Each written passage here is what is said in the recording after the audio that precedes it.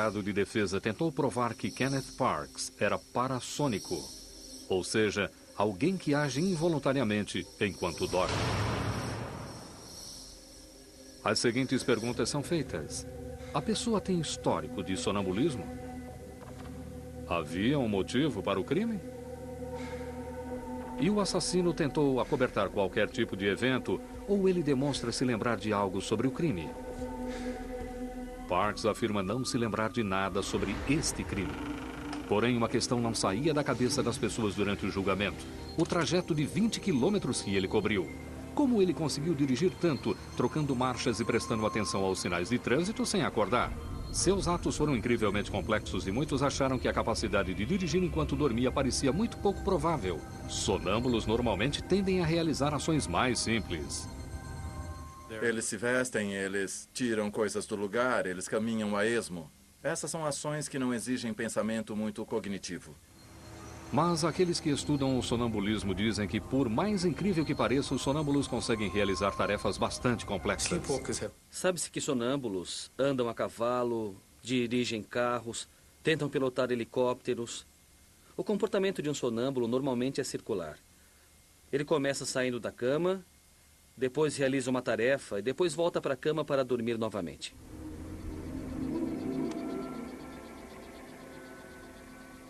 Já se sabia que Ken Parks era sonâmbulo, mas não tinha motivos para cometer o crime. Sua sogra até o chamava de gigante gentil, mas ele era viciado em jogo e tinha perdido o emprego.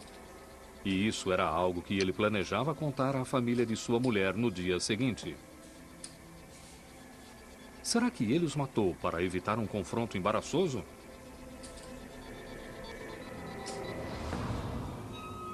O júri declarou-o inocente graças a seu problema de sonambulismo. Kenneth Parks saiu do tribunal como um homem livre. Essa é uma questão ética muito difícil. Será que alguém tem o direito de ser perdoado de uma série de atos complexos que causou a morte de outra pessoa só porque estava dormindo? O sonambulismo já foi usado como base para a defesa de assassinato mais de uma dúzia de vezes, e pelo menos 5 casos terminaram em absolvição. O primeiro caso ocorreu em 1846, quando Maria Beckford, uma prostituta de Boston, foi brutalmente assassinada por seu amante Albert Tyrrell.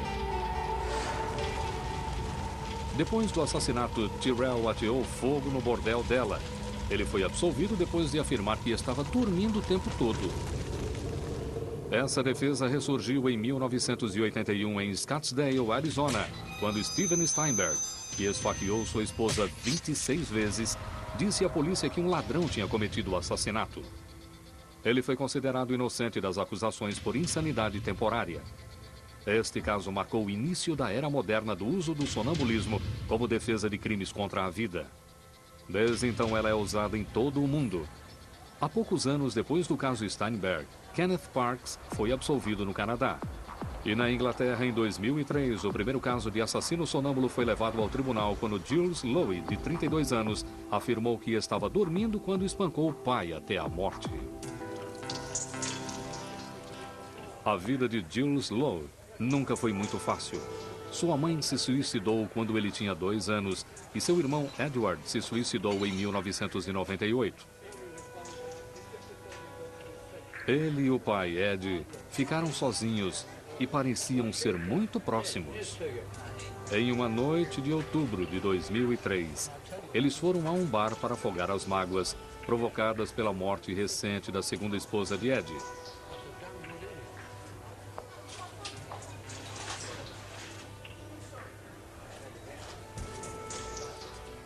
Eles tomaram várias cervejas no bar e depois foram embora para continuar em casa.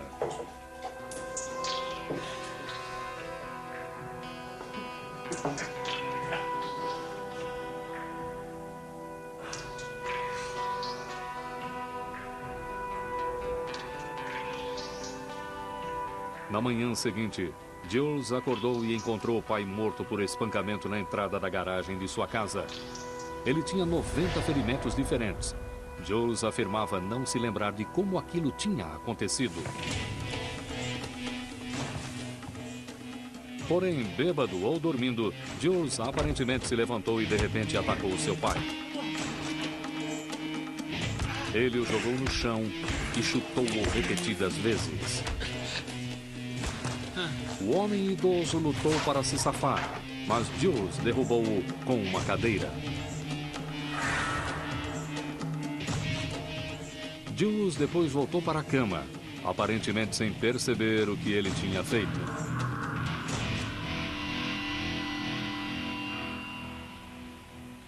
Enquanto o jovem Lowe afirmava estar horrorizado com o assassinato brutal do pai, ele não assumiu a responsabilidade, dizendo não se lembrar do crime e que ele talvez tivesse tido um ataque de sonambulismo.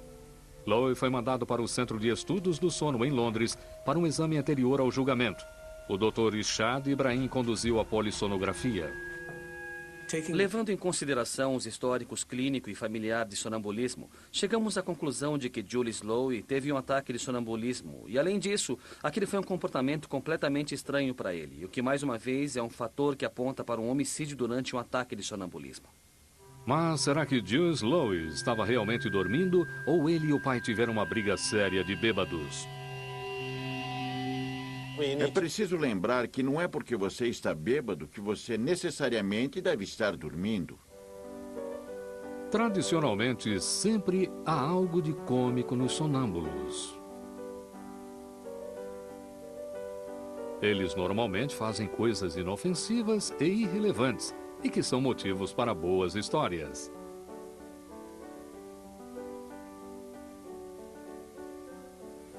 Existem vários aspectos sobre a defesa dos sonâmbulos que considero bastante duvidosas. Mas o que pensam os cientistas sobre o assunto?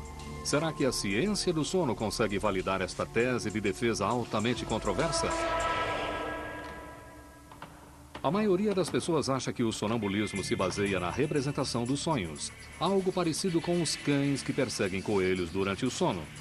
Porém, uma das primeiras coisas que os pesquisadores do sono descobriram foi que os sonhos praticamente não têm nada a ver com o sonambulismo.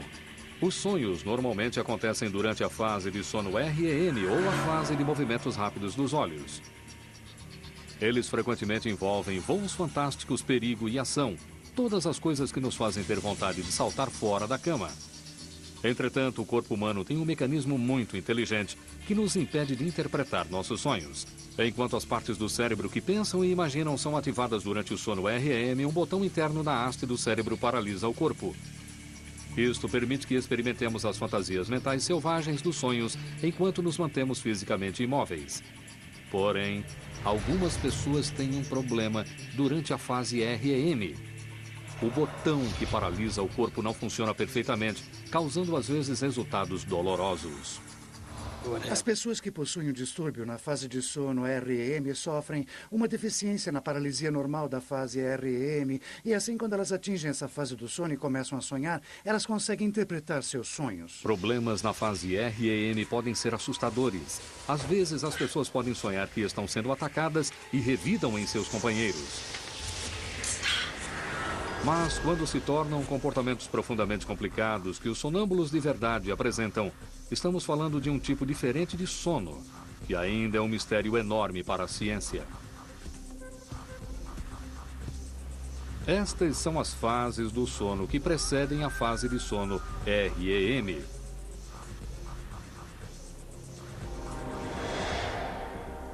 Andar, falar e comer dormindo, terrores noturnos, sexo durante o sono e até o ranger de dentes são todas as formas de parassonia, que podemos definir como atos involuntários que algumas pessoas apresentam enquanto dormem. E tudo isso acontece na primeira metade de nosso ciclo de sono, durante a fase NREM, ou movimento não rápido dos olhos. O Centro Regional de Doenças do Sono de Minnesota, em Minneapolis, trata mais de 4.000 pacientes por ano que apresentam vários problemas de sono, e a quantidade de pessoas continua aumentando. O especialista mundialmente famoso, Dr. Mark Mahowald, acredita que as parassonias, incluindo as perigosas, só tendem a aumentar à medida que o mundo substitui o sono pelo trabalho. Nós fomos criados acreditando que a falta de sono é motivo de orgulho. Nunca nos autovalorizamos pela quantidade de horas dormidas, mas sim pela pouca quantidade de tempo dormido ou até por passarmos uma noite em claro. Assim, a privação do sono é equiparado à dedicação, comprometimento ou até sinônimo de bom funcionário. Porém, o que temos de aprender é que qualquer grau de privação de sono prejudica o rendimento. O sono deve ser o período de tempo em que relaxamos e nos libertamos de todas as nossas preocupações. Entretanto, isto não acontece com muitas pessoas. O sonambulismo afeta 1 em cada 10 adultos. E as porcentagens são ainda maiores entre crianças. Alguns sugerem que cerca de 20% de todas as crianças sejam sonâmbulas num determinado ponto da vida. Existem muitas causas para o sonambulismo, mas a falta de sono encabeça a lista. Outros motivos para o sonambulismo são as drogas, o álcool e o estresse. Esta noite, Ben Obondo veio à clínica de Minnesota para um exame de sono. Ele é sonâmbulo desde criança, mas agora ele está começando a se preocupar, pois aos 26 anos de idade, ele ainda não superou esse problema. Para obter um diagnóstico mais preciso de seu problema de sono, o técnico cola com firmeza eletrodos em vários pontos do corpo de Ben. Ele vai passar a noite no laboratório, enquanto os técnicos observam o que acontece dentro de seu cérebro. Eles procuram por padrões de ondas cerebrais incomuns durante os vários estágios do sono, e eles observam todos os seus movimentos e fala. Quando Ben entra no estágio 3 do sono, quando suas ondas cerebrais se tornam mais longas e lentas, ele começa a se mexer, arrancando violentamente os eletrodos da cabeça.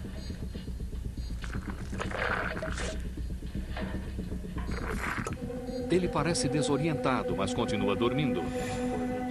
O Dr. Michel Bornemann, outro especialista da clínica de Minnesota, examina os resultados do exame. Você se lembra de sentir alguma dor? Não, nenhuma dor. Isso é mesmo incrível, porque os eletrodos estavam grudados no seu couro cabeludo. E pela manhã, quanto tempo levou para tirarem todos eles? Muito tempo. Muito tempo, não é? Tivemos de usar removedor e não sei mais o que. E ficou claro que foi necessária uma quantidade de força incrível para você tirar tudo aquilo. Verdade. E mesmo assim você não sentiu dor. Apesar da falta de cabelo aparente em determinados locais, Ben não sentiu nenhuma dor. Ele não se lembra da noite de sono na clínica, mas sua movimentação indicou claramente que ele sofre de uma parassonia. Até agora, as aventuras noturnas de Ben têm sido bastante inofensivas. Mas conforme a disfunção vai se agravando, a complexidade do que as pessoas podem fazer durante o sono a acompanha. E esse fato passa totalmente despercebido pelo paciente. Mas será que alguém pode chegar a ponto de cometer um assassinato? Temos de nos aprofundar um pouco mais na ciência do sono para descobrir. A família de Susan, Graham, Mark e Emma Cope vivem a poucas horas de Londres. Aparentemente, eles formam uma típica família britânica. Graham e eu estamos casados há quase 23 anos. Nós nos conhecemos quando eu morava no norte da Inglaterra e ele foi trabalhar na cidade onde eu morava. Nós fomos jogar boliche e depois dançar. Foi muito bom. Mas à noite, quando as luzes se apagam na casa, a vida dos Cope não é igual à dos outros. Eu sou sonâmbula há mais ou menos 35 anos. Ai, meu Deus. Susan anda dormindo e fala dormindo. Dormir com a Susan é uma aventura. É muito variado. Eu nunca sei o que vai acontecer durante a noite. Eu não posso fazer isso. Eu Fazer não o quê, posso. querida? O que é que foi, meu amor? Os passeios noturnos de Susan raramente são perigosos, a não ser para sua silhueta.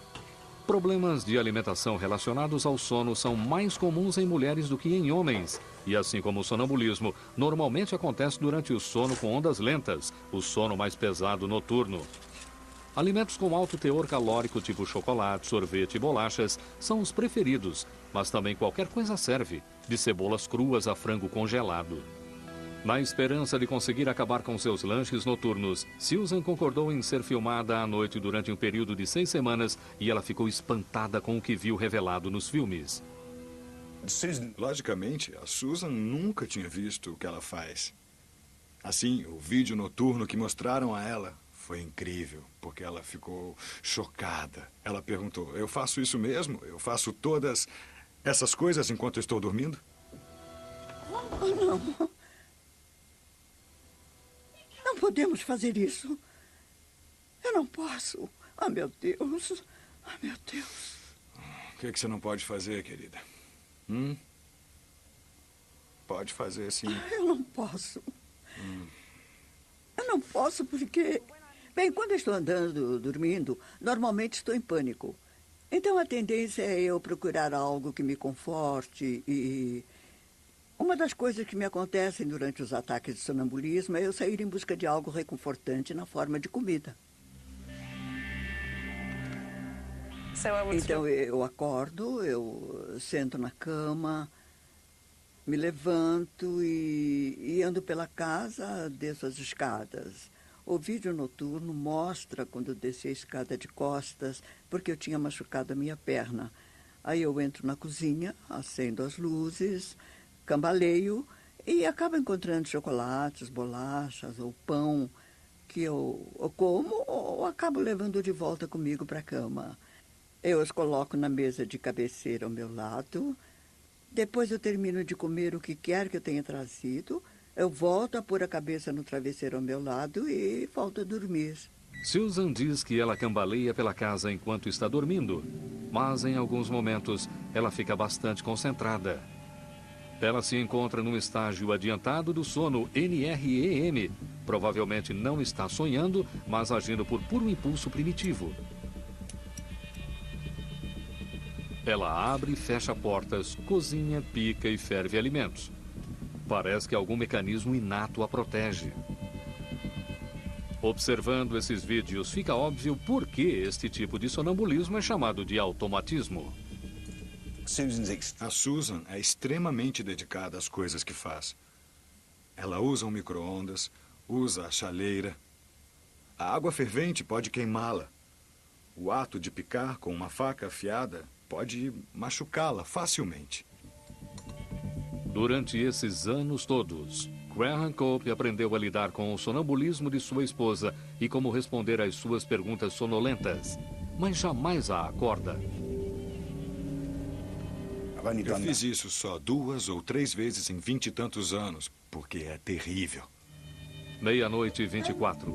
Embora Graham nunca se preocupe que Susan possa se voltar contra ele com uma faca um dia, suas poucas experiências acordando-a fizeram-no acreditar que um homicídio cometido por um sonâmbulo pode ser possível. A agressividade é terrível. Parece a história de um médico e um monstro.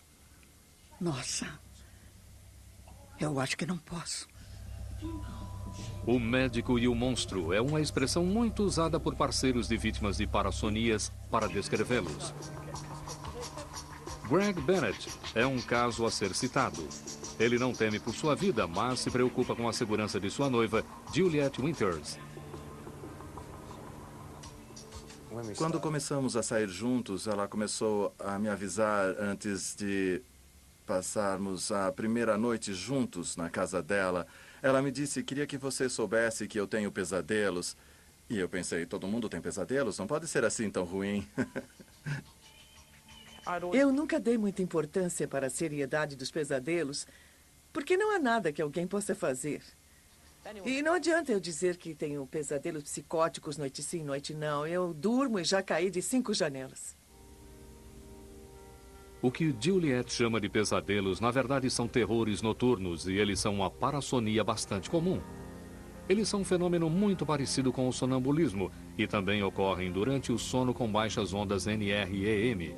Durante um episódio de terror noturno, a pessoa normalmente se levanta gritando ou berrando, ou em busca de algo ou alguém, as pessoas ficam confusas. Pode parecer que elas estão acordadas, porque seus olhos estão abertos, mas normalmente seus olhos estão vidrados. Elas perseguem esse objeto ou fogem de uma ameaça. Isso pode provocar ferimentos nelas durante esse processo. Com Juliet, vimos no vídeo quando ela se levantou bastante confusa e desorientada e correu em direção à câmera. Onde eu vou? Onde eu vou?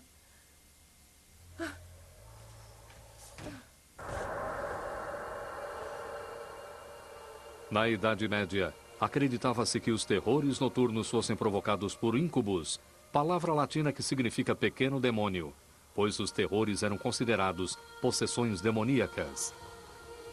Greg se lembra de uma vez que Juliet realmente parecia estar possuída. Acordei com ela parada ao meu lado, com o varão da cortina apontado em minha direção, como se fosse me bater. Foi bastante assustador. Juliet nunca machucou ninguém, mas ela já se feriu várias vezes. Uma noite, ela acordou enquanto quebrava uma janela com a mão. A polícia chegou e eu estava toda ensanguentada. Literalmente havia sangue por toda parte. Eu tinha passado pela janela e quando voltei não tive jeito de não me machucar. As vítimas de parassonia às vezes atravessam portas de vidro ou caem de janelas. Cuidado. Em Londres, uma garota sonâmbula de 15 anos uma vez saiu de sua casa e foi até um canteiro de obras próximo, onde ela subiu em um guindaste de 40 metros de altura e depois andou por sua trave estreita. Felizmente, a polícia e os bombeiros a resgataram antes que algo ruim acontecesse, mas não é sempre assim que acontece. Em Iowa, 1993, Gerard Allgood, um estudante universitário de 21 anos, correu até uma autoestrada perto de sua casa, vestindo apenas cuecas em uma temperatura de -1 grau. Ele foi atropelado por um caminhão. Sua morte foi considerada suicídio, mas sua mãe, Becky, tem certeza que ele teve um ataque de sonambulismo. Até agora, Juliet teve sorte, e ela sabe disso. Se Greg não estivesse comigo, eu já teria saído pela porta da frente, pela porta de trás, teria saído pelas janelas. Dormir para mim é sem dúvida um pesadelo. É possível chegarmos a ponto de literalmente não querermos mais dormir. Dormir pode mesmo se tornar um pesadelo quando um tipo de parassonia chamada sexo sonâmbulo está envolvido. Às vezes pode ser violento e potencialmente criminoso. O sexo sonâmbulo ocorre quando alguém está na fase NREM do sono e tenta manter uma relação sexual. Esteja seu parceiro escolhido acordado ou não, tenha consentido a relação ou não. Algumas vítimas do sexo sonâmbulo até acabam se encontrando com desconhecidos. Na Austrália, uma mulher de Sydney afirma que ela sai andando dormindo de sua casa, vai até o parque ou casas próximas e mantém relações sexuais com quem quer que ela encontre, uma situação extremamente perigosa. O sexo sonâmbulo é normalmente considerado como uma forma especializada de sonambulismo, pois as pessoas estão acordadas o suficiente para manterem o relacionamento sexual durante o sono, mas não acordadas o bastante para terem consciência do que estão fazendo. E isso é talvez muito mais comum do que a maioria das pessoas pensa. Não vemos muitos pacientes na clínica de sono com esse tipo de reclamação, porque acho que as pessoas hesitam em buscar ajuda médica nesses casos. As pessoas que dormem com vítimas de parassonias às vezes usam os termos agressivo e assustador para descrevê-las. Mas será que alguém seria capaz de matar outro ser humano durante o sono sem ao menos acordar?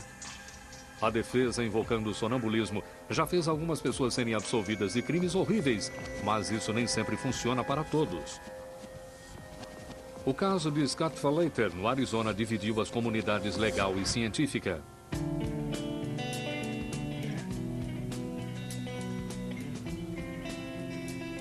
O caso aconteceu em Phoenix, Arizona, em janeiro de 1997. Propriedade da prisão estadual do Arizona. Scott Falater, engenheiro e pastor mormon, esfaqueou sua esposa, Yarmila, 44 vezes com uma faca de caça e depois afogou-a na piscina da família.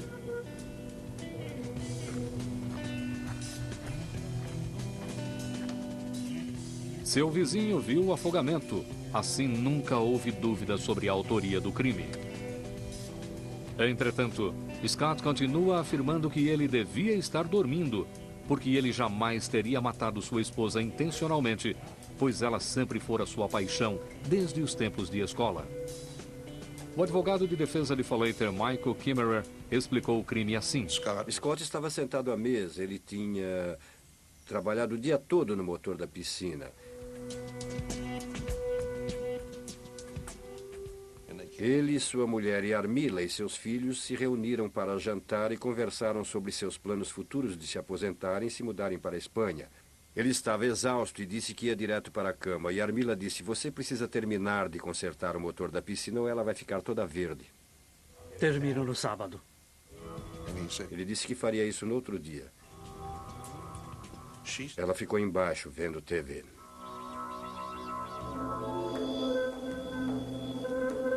Entre 10 e 11 horas da noite, Falater, que tinha um longo histórico de sonambulismo, levantou da cama, vestiu sua roupa de trabalho por cima do pijama e saiu andando pela casa.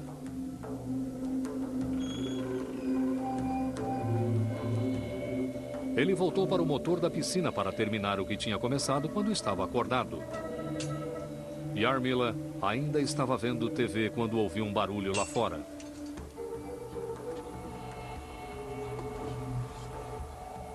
Ela saiu, procurou e provavelmente viu Scott, que estava tendo um ataque de sonambulismo naquele momento. E tinha uma faca na mão tentando retirar o filtro da piscina. E meu palpite é que ela se aproximou por trás dele, tocou nele, o agarrou e disse, Scott, o que está fazendo? E isso imediatamente provocou o que podemos descrever como o ataque de ira que acontece com sonâmbulos. E ele começou a esfaqueá-la. Não! Não! Não! Não! Não!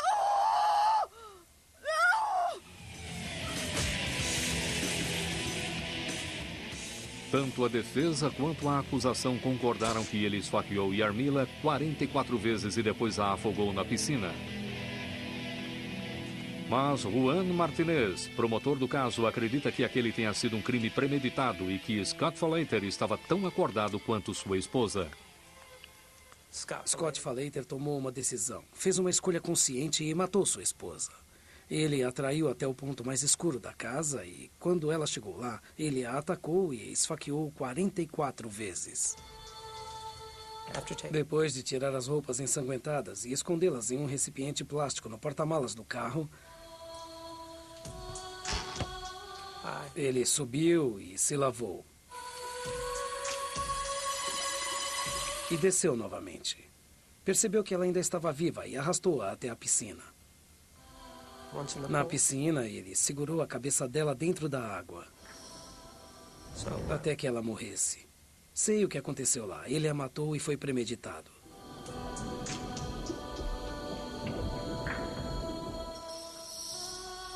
A tese da promotoria se tornou infinitamente mais forte com o depoimento da testemunha ocular do afogamento, o vizinho Greg Coons. Seu relato sobre o terrível afogamento foi muito convincente.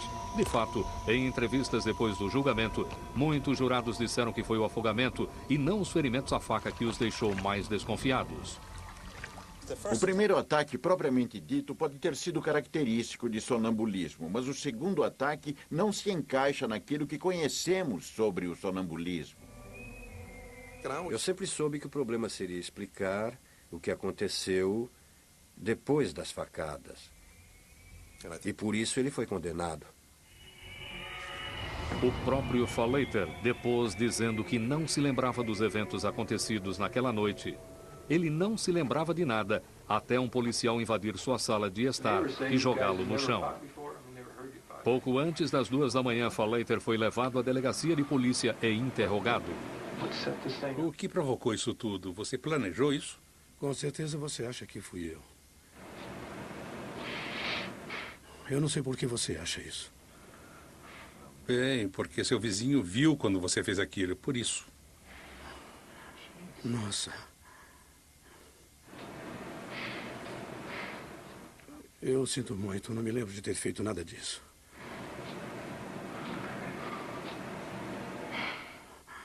Amo meus filhos. O que deu errado? O quê? O que deu errado? Nada, eu lamento. Nada deu errado? Eu amo minha esposa.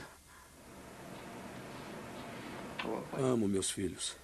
O depoimento em vídeo de Scott Falater na polícia indica que ele estava mentindo. Quando a polícia lhe diz que a esposa dele está morta e ele é o assassino, ele reage recostando na cadeira e dizendo calmamente: como eu posso ter feito isso? Vocês andavam brigando por algum motivo, Scott?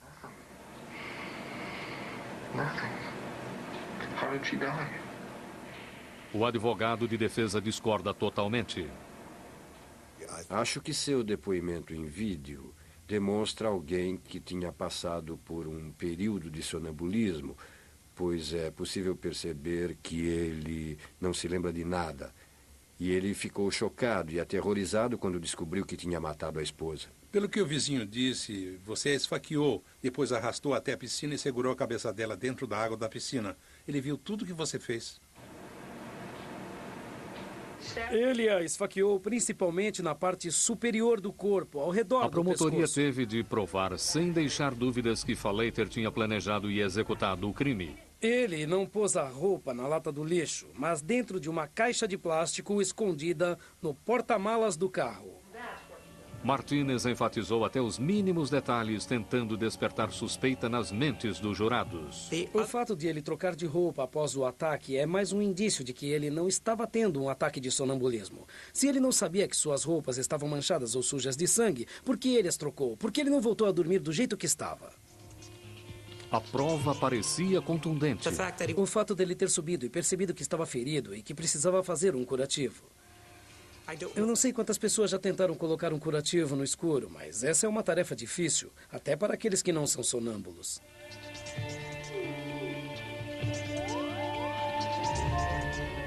Mas vocês lembram de Ben Obondo, que arrancou os eletrodos colados firmemente, e Ken Parks, que feriu gravemente as mãos enquanto atacava os sogros? Eles não têm noção de dor, não têm noção de que precisam limpar seu ferimento e não têm noção de que precisam fazer um curativo. Além do mais, os sonâmbulos não formam lembranças durante o curso de um episódio. Assim, o fato de Falater ter voltado até o corpo ao lado da piscina trouxe problemas sérios para sua defesa. Se ele teve a amnésia que afirma ter, então como ele sabia que havia um corpo? E como ele sabia onde o corpo estava e conseguiu retornar até ele? Esses são fatos que não combinam com o que sabemos sobre o sonambulismo. Falater se esforçou para encobrir o crime. Ele ocultou provas e usou luvas. Mas será que isto foi intencional? Ou será que ele estava dormindo o tempo todo? Será que ele teve motivo para cometer o crime? O promotor Martínez levantou dúvidas sobre a situação do casamento de Falater, mencionando discussões antigas sobre a devoção de Scott em relação à Igreja Mórmon. Estes detalhes e outros mais ficaram em segredo com os jurados durante as deliberações. Eles o consideraram culpado e Scott foi condenado à prisão perpétua sem direito à liberdade condicional. Nós conversamos com ele pelo telefone, uma vez que entrevistas cara a cara com prisioneiros não são permitidas no Arizona. Quando eu estava no tribunal, foi difícil para mim dizer que eu estava tendo um ataque de sonambulismo, porque eu não me lembro do acontecido. Assim, eu não posso contar o que aconteceu com certeza. Mas posso dizer que a morte propriamente dita não faz sentido. Quero dizer que ela aconteceu num lugar e num horário em que, com certeza, haveria testemunhas e eu seria o único implicado. Não houve raiva anterior, nenhum motivo. Minha mulher era minha melhor amiga. Ela era, sem dúvida, minha amante e minha confidente.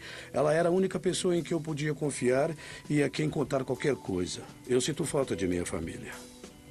A ciência pode estar ao lado de Scott.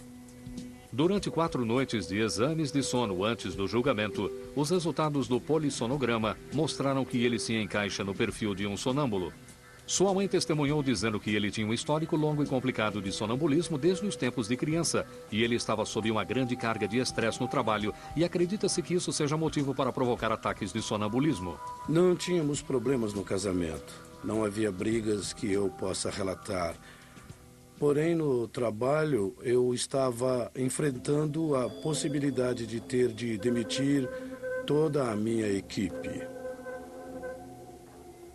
Havia meses que isso me preocupava muito e me tomava 3, 4, 5 horas de sono por noite. Estresse e falta de sono são dois dos motivos principais que provocam ataques de sonambulismo. Mesmo assim, o promotor se mantém irredutível.